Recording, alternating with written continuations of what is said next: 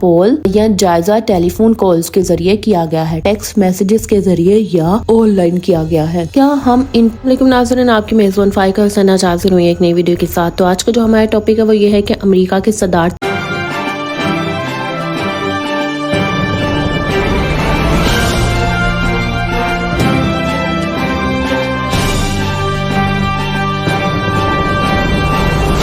انتخابات میں Donald Trump آگے ہیں یا کملا ہیرس؟ تو جانتے ہیں کہ جو انتخابات ان کے آج جاری ہیں ان میں دونوں کتنے ووٹر سے آگے ہیں اور کتنے ووٹر سے کون پیچھے رہ گیا ہے اور کون امریکہ کے لیے سب سے اچھا ثابت ہوگا۔ تو امریکہ کے تمام سوئنگ ریاستوں میں صدارتی انتخابات کے لیے ووٹنگ شروع ہو چکی ہے اور پولنگ ڈیٹا کے مطابق کملا ہیرس کو جیسی اہم ریاست میں معمولی برتری حاصل ہو چکی ہے۔ امریکی سیاسی پنڈتوں کے مطابق وہ سوئنگ ریاست ہے جو صدارتی انتخابات میں سب سے زیادہ اہمیت کی حامل ہے۔ شاید یہی وجہ ہے کہ ڈونلڈ ٹرمپ اور کملا ہیرس دونوں نے ہی یہاں حالیہ ہفتوں میں سب سے زیادہ وقت گزارا ہے۔ ساتوں سوئنگ ریاستوں میں ڈونلڈ ٹرمپ اور کملا ہیرس دونوں کو ایک دوسرے پر معمولی برتری ہی حاصل ہے۔ اسی سبب ابھی یہ کہنا تقریباً ناممکن ہے کہ اگلا امریکی صدر کون ہوگا۔ پولنگ ڈیٹا کے مطابق نیواڈا، جارجیا، شمالی کیرولائنا اور اس میں ٹرمپ، جبکہ مشیگن اور وسکونسن میں کملا ہیرس آگے ہے۔ ریپبلکن امیدوار ڈونلڈ ٹرمپ نے اپنی اہلیہ میلانیا ٹرمپ کے ہمراہ پاسم سپرنگز، فلوریڈا میں ووٹ ڈالنے کے بعد صحافیوں سے بات کرتے ہوئے کہا کہ میں بہت پر اعتماد ہوں اور ایسا لگتا ہے کہ ریپبلکن اپنی طاقت دکھا چکے ہیں۔ دوسری جانب کملا ہیرس نے گزشتہ ہفتے کہا تھا کہ انہوں نے اپنا ووٹ میل کے ذریعے ارسال کیا ہے۔ ابتدائی طور پر یہ انتخابات 2020 کے صدارتی انتخابات کا ری میچ لگ رہے تھے، تاہم جولائی میں صورتحال نے پلٹا اس وقت کھایا جب صدر جو بائیڈن نے اس دوڑ سے دستبردار ہوئے تھے۔ نائب صدر کملا ہیرس کی حمایت کا اعلان کر دیا گیا۔ اب بڑا سوال یہ ہے کہ اس انتخابات کا نتیجہ ڈونلڈ ٹرمپ کو دوسری بار صدر بنائے گا یا امریکی تاریخ میں پہلی بار کوئی خاتون صدر بنے گی۔ ہم انتخابی جائزوں پر نظر رکھے ہوئے ہیں اور دیکھ رہے ہیں کہ وائٹ ہاؤس تک رسائی کی دوڑ میں انتخابی مہم کے اثرات کیا ہیں۔ قومی سطح پر رائے عامہ کے جائزوں میں کیسے برتری حاصل ہے؟ صدر جو بائیڈن کے انتخابی دور سے دستبردار ہونے کے فیصلے کے روز تک رائے عامہ کے تمام جائزوں میں ڈونلڈ ٹرمپ برتری حاصل کیے ہوئے نظر آ رہے تھے اور جو بائیڈن کی دستبرداری کے بعد جائزوں میں بھی کہا گیا ہے کہ کملا ہیرس کے آنے سے بھی نتائج میں زیادہ بہتری کی توقع نہیں ہوگی۔ لیکن کملا ہیرس کی انتخابی مہم کے آغاز کے بعد امریکہ کی صدارت کی دوڑ سخت ہو گئی اور انہوں نے قومی سطح کی رائے عامہ کے جائزوں میں اپنے حریف پر معمولی برتری حاصل کی، جیسے وہ تاحال برقرار رکھنے میں کامیاب رہی۔ نتیجہ امریکہ بھر میں رائے عامہ کے جائزوں کی بنیاد پر انتخابات سے ایک دن قبل تک دونوں امیدواروں کی مقبولیت کی شرح دی گئی۔ 10 ستمبر کو کملا ہیرس اور ڈونلڈ ٹرمپ صدارتی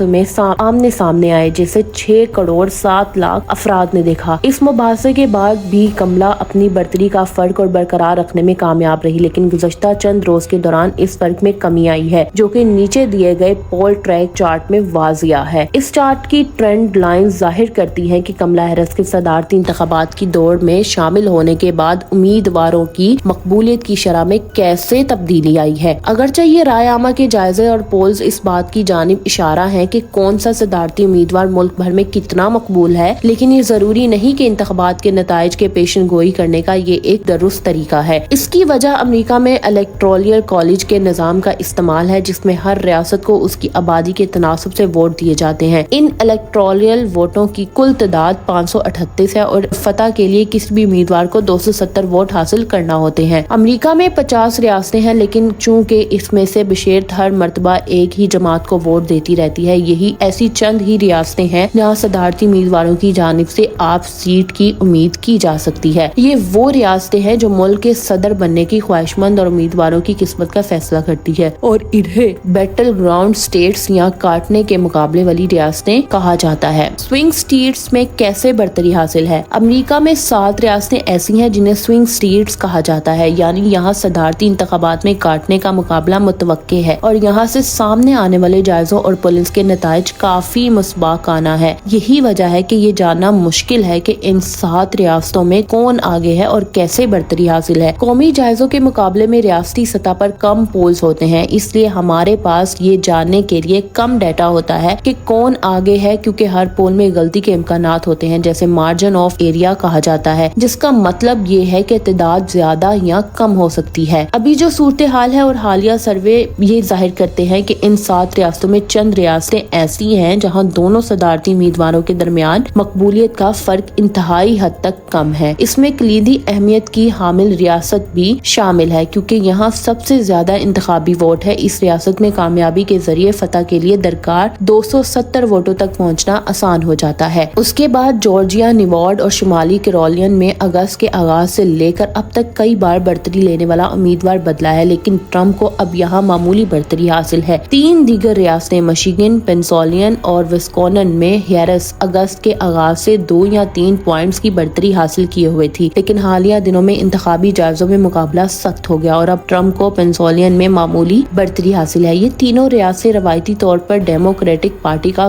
گڑھ رہی ہیں، لیکن ٹرمپ نے سن 2016 میں انہیں سرخ رنگ میں رنگ دیا تھا، یعنی یہاں سے ریپبلکنز کو فتح ملی تھی۔ جو بائیڈن نے انہیں 2020 میں دوبارہ حاصل کر لیا تھا۔ اس مرتبہ کملا کو مشیگن اور وسکونسن میں تو برتری حاصل ہے، لیکن پینسلوانیا میں ٹرمپ آگے ہیں۔ کملا اگر ان تینوں ریاستوں کو اپنے پاس رکھنے میں کامیاب رہتی ہے تو ان کے جیتنے کے امکانات بڑھ جائیں گے۔ اس کے بعد یہ اوسط کیسے نکالی جا سکتی ہیں؟ ہم نے اوپر گراف میں جو اعداد و شمار استعمال کیے ہیں وہ پولنگ تجزیہ ویب سائٹ 538 کے ذریعے تیار کی گئی ہے اور اوسط پر مبنی بھی ہے۔ یہ ویب سائٹ امریکی news network ABC news کا حصہ ہے اور اس اوسط کو قومی سطح پر ہونے والے انفرادی پولز اور کاٹنے کے مقابلے والی ریاستوں میں ہونے والے جائزوں کی بنیاد پر نکالا جاتا ہے۔ یہ جائزے اور پولنگ کمپنیوں کے ذریعے کروائے جاتے ہیں۔ معیار کو برقرار رکھنے کے لیے صرف ان کمپنیوں کے پولز کو دیکھا جا سکتا ہے جو ایک مخصوص معیار پر پورا اترتی ہیں۔ اس معیار میں سیمپل سائز وغیرہ سمیت اس بات کو بھی دیکھا جاتا ہے کہ آیا پول یا جائزہ ٹیلی فون کالز کے ذریعے کیا گیا ہے، ٹیکسٹ میسجز کے ذریعے یا آن لائن کیا گیا ہے۔ کیا ہم ان پولز پر اعتماد کر سکتے ہیں؟ اس وقت قومی جائزے اور پولز یہ ظاہر کر رہے ہیں کہ کملا ہیرس اور ڈونلڈ ٹرمپ ایک دوسرے سے چند پوائنٹس کے فرق پر موجود ہیں اور جب یہ فرق اتنا کم ہو تو فاتح کی پیش گوئی کرنا بہت مشکل ہے۔ اس سے قبل 2016 اور 2020 کے پولز میں ٹرمپ کی حمایت کو کم سمجھا گیا تھا، تاہم جب نتائج سامنے آئے تو ایک انتخاب میں انہیں جیت ہوئی جبکہ دوسرے میں شکست۔ ایسے میں پول کروانے والی کمپنیاں اس مسئلے کو متحدہ طریقوں سے حل کرنے کی کوشش کرتی ہیں۔ اس ضمن میں ایڈجسٹمنٹس کو درست کرنا مشکل ہے اور پول کروانے والی کمپنیاں اس بات عالمانہ انداز میں لگاتی ہیں کہ جائزے میں حصہ لینے والے افراد میں سے کون 5 نومبر کو حقیقتاً ووٹ دینے نکلے گا۔ تو ڈونلڈ ٹرمپ کے چانس زیادہ ہیں یا کملا ہیرس کے، یہ تو اب ووٹنگ کے بعد ہی پتہ چلے گا، لیکن ابھی دونوں